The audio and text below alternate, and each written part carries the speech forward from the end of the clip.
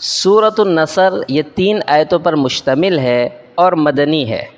بسم اللہ الرحمن الرحیم، شروع اللہ کے نام سے جو سب پر مہربان ہے، بہت مہربان ہے۔ اذا جاء نصر اللہ والفتح، جب اللہ کی مدد اور فتح آ جائے۔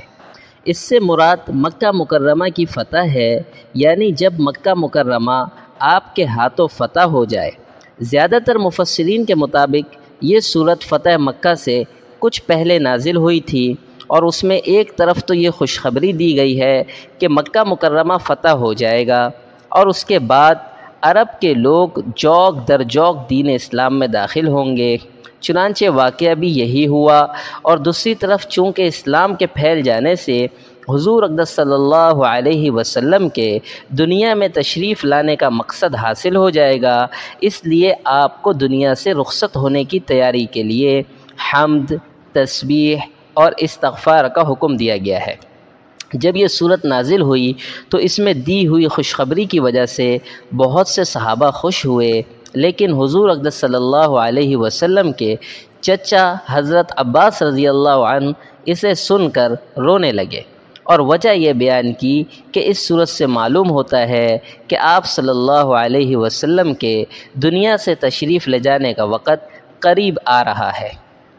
وَرَأَيْتَ النَّاسَ يَدْخُلُونَ فِي دِينِ اللَّهِ أَفْوَاجًا، اور تم لوگوں کو دیکھ لو کہ وہ فوج در فوج اللہ کے دین میں داخل ہو رہے ہیں۔ فَسَبِّحْ بِحَمْدِ رَبِّكَ وَاسْتَغْفِرْ، تو اپنے پروردگار کی حمد کے ساتھ اس کی تسبیح کرو اور اس سے مغفرت مانگو۔